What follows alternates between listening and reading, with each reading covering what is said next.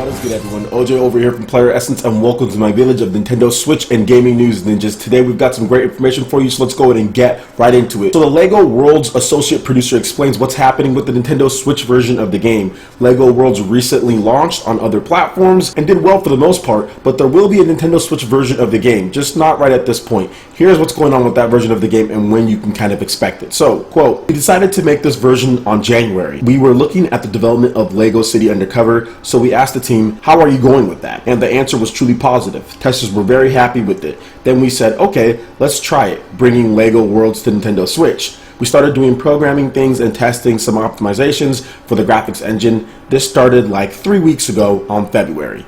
We think that having a portable version of the game is something really interesting, so we went for that. So you don't have to worry about LEGO Worlds necessarily not coming to the system. It will. They really just started development just a little bit ago, just in January, so they do need some time. But that goes to show you how quickly and how easy that you can get stuff up and running and going on the Nintendo Switch, since they were very positive and happy with the performance of the system and what it can do with LEGO City Undercover. It does show that this isn't going to be like a really long and drawn out project, or it's going to take them a ton of time. Let's just hope that the LEGO Worlds on the Nintendo Switch is as good as the other versions. And what do you guys think about this style of game? I have not played LEGO Worlds. I'm not big into any of the LEGO games. Are any of you guys into this or have already played it? Is this some type of game that you feel that should be like a big game for the Nintendo Switch? Do you feel that it really suit the portable aspects of it? I'm not really sure about it. I've watched some gameplay, but I want to know from people who have played the game like on PC or if you played it on other consoles, how do you feel this game would fit in with the Nintendo audience and kind of like the Nintendo Switch system itself? Is it a good game to take on the go? Please let me know in the comment section below so I can kind of understand from the community what you guys think about this style of game. And I know LEGO City Undercover is also coming to Nintendo Switch, I think this April, so not a bad 1-2 punch when it comes to LEGO style games. And if I am going to play a LEGO game, it's probably going to be a game more of this style, or like LEGO City Undercover, more so than their other themed games, which is kind of like the beat 'em up style. I really don't like those at all. So the fact that it is an open world type of game does make me interested, but I do want to hear more about it from you guys. So please let me know your thoughts on LEGO Worlds in the comment section below. Alright guys, and moving on to the next topic here, we have some more talk on why the Nintendo Switch games, as far as the physical cartridges, could cost more than PS4 and Xbox One games. The latest one that we talked about this was Rhyme, and really not the latest one, it's pretty much the only one that we know so far where it costs more on the Nintendo Switch than it does on the other versions that will release simultaneously. So users will have to pay $10 more on the Nintendo Switch in order to get Rhyme, and Eurogamer has actually dug in a little bit on this as far as talking to their sources, and here's what they had to say on the matter. Quote, "The cost of manufacturing a Nintendo Switch game is higher than the cost of making a PS4, PC, or Xbox One game because the cartridges the Nintendo Switch uses cost more to make than the Blu-ray disc. The size of the cartridge also may impact the cost. Cards do come in varieties of 1 GB, 2 GB, 4 GB, 8 GB, 16 GB, and 32 GB. Eurogamer says, at a high level, the bigger the cart, the more expensive it will be, although the price may vary according to the print run. Lower the volume, higher the price, for example. An issue that may affect indie developers who don't expect to ship a huge number of copies of their game." This also ties into the whole thing, well, why isn't the eShop version cheaper than the actual physical version? Well, that's because apparently Nintendo says, well, if you want to have a physical version and a digital version, it needs to be the same price so you don't undercut the brick and mortar stores out there as far as business wise. So if a game is cheaper on the eShop than it is actually at physical stores, nobody's going to want to go to the stores and buy it. They're all just going to want to buy it digitally, since you're always going to get games cheaper. Nintendo doesn't want that. They still want to have good relationships with the brick and mortar stores out there. So apparently they're doing this. Now, this isn't 100% guaranteed. It is not a fact 100%. But here's the thing, guys. There is a little bit of wiggle room with that, because, for example, Puyo Puyo Tetris, that game will be $30 on the Nintendo eShop, but the retail edition will be $40. When going physical, you'll also receive 2 sets of keychains as part of the launch edition, something not offered on the PS4. However, in Europe, Puyo Puyo Tetris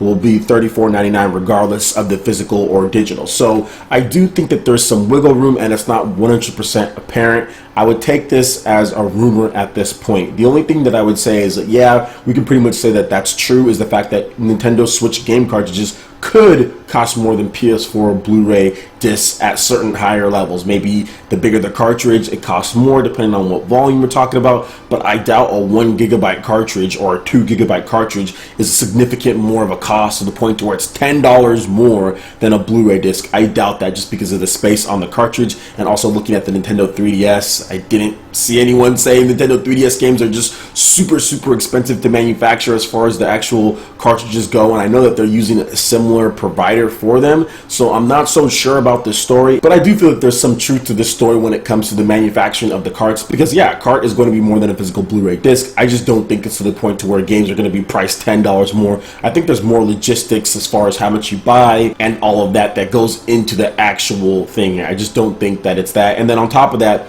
we do have Puyo Puyo Tetris, which is going to be $30 digitally, but $40 in stores. So I'm not so sure. Maybe there has to be a special edition that comes with it. I really don't know how to break down these things, but we're just gonna have to wait and see. All right, and moving on to the next article here, we do have a rumor saying that Nintendo Switch frame rate drops impacted by a Wi-Fi issue, and there will be a fix with the system update. Now, I talked about this before with Fast RMX, but really that was with the resolution and Digital Foundry's analysis. It seems based on what they were playing that 60 frames per second was a good thing, and it wasn't a Wi-Fi issue that was affecting that too much. More of the resolution affecting it, but it does seem like there are some performance issues that are also being affected by this Wi-Fi issue as well. But remember, this is a rumor, not 100% confirmed at this point. Now, these issues could even be affecting The Legend of Zelda Breath of the Wild, and sometimes the frame rate pretty much gets pretty bad in some areas, and some players have experienced even some freezing here or there. Now, Zelda is not the only game with these frame rate issues. According to this article here, there's Fast RMX and I Am Setsuna, with both of them having problems with resolution drops and frame rate fluctuations respectively. However, there's an anonymous third-party developer that has told Nintendo Life that the situation is resulting from a known issue with Nintendo Switch's Wi-Fi connection, which places an additional load on the processor. One of the site's readers, Junkrabbit, also provides the following explanation. I remember the Digital Foundry experts to have been puzzled how some of the worst frame rate issues seem to occur so randomly, not area specific. I believe these are not the fault of the game, but on the Switch trying to periodically auto-connect to Wi-Fi where there is no network available. This is supposed to happen in the background, but it apparently does affect the games. I actually noticed this in Fast RMX first, where I got periodical FPS drops. While everyone was saying that the game is perfectly locked in 60 frames per second experience, it wasn't game breaking, but it made me curious. Driving in circles also made the periodical nature so much more apparent. Then I also had these in Setsuna, which to me made no sense at all, especially after watching Digital Foundry's comparison to the PS4 version, where they also said the Nintendo Switch version was perfectly locked in 30 frames per second. Having them on multiple games like that, and in none of them they made sense, got me thinking. At home, I turned on Wi-Fi only when I needed it basically, so it's not always available. During the Setsuna session, I checked the status LED, and sure enough, it was off. I then delved into the internet settings on the Nintendo Switch, found the auto connect option, and turned it off, and voila. No more frames per second issues in Setsuna and Fast RMX, and only the usual minor ones in Breath of the Wild in very specific foliage intensive areas. No more heavy random ones. Fortunately, these issues will be ironed out very soon. The anonymous developer says that Nintendo is aware of these things and will be sending out a fix via system update. So this is very interesting, especially the performance with Legend of Zelda Breath of the Wild. I'm curious to know, is it going to fix a lot of the frame rate issues? Because there are some issues if you're fighting some monsters, or if there's a certain amount of monsters, and then there's like dynamic weather, there's rain, there's lightning, there's all that, and they're breathing fire and all that, and then all of a sudden you get some frame rate drops. And is it going to fix those too, or just the ones in just the grass? So I'm really curious to test it out. I went into my own Nintendo Switch and I turned off the setting, but I wasn't able to test it out too much just because I was super tired and I didn't come across this article until really early this morning. So I am going to test it out. And have any of you guys already tested this out yourself? Are you experiencing better frames with the Legend of Zelda Breath of the Wild? So if you completely turn off the Wi-Fi, does portable mode even run better? Now, I don't know if this is the same issue that you'll have if you have the Nintendo Switch hooked up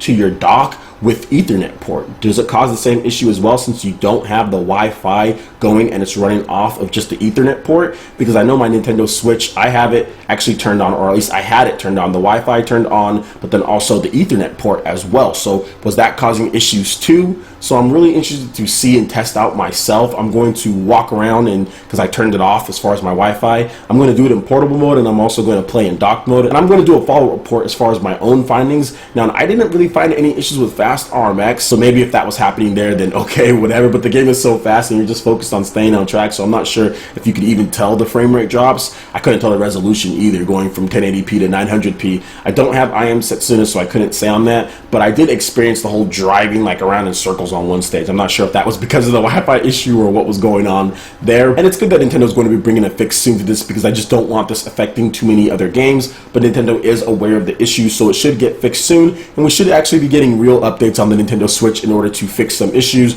and plus add different online functionalities and things. So it's going to be exciting to see how Nintendo handles the system going forward, especially with big games such as Mario Kart 8 coming out. We also have ARMS. Those are two big online games, so we definitely need to make sure that there's no issues there when it comes to frame rate problems or anything like that. Let me know what you guys think about this below. Are you guys going to be trying this out as far as turning off the Wi-Fi? And are you guys experiencing any issues, better gameplay because you've applied the fix that they're talking about? Let me know in the comment section below. Alright guys, that wraps it up for this video here. Go ahead and hit that like button if you did like it. Let me know you guys want more content like this going forward in the future, and subscribe to PlayerEssence for the latest news, reviews, discussions, and more. Thank you so much for watching, and we'll see you ninjas for the next video. Peace.